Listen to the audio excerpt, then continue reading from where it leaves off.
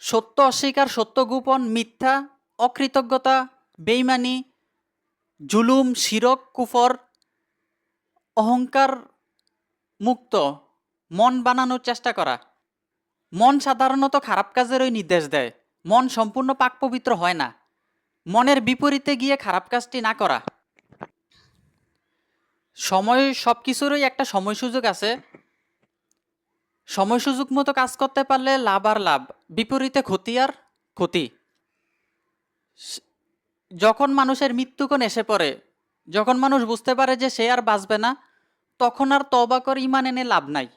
সারা জীবন অসৎকর্ম করে শেষ মুহূর্তে ঈমান আনলে ওই ঈমান কবুল করা হয় না।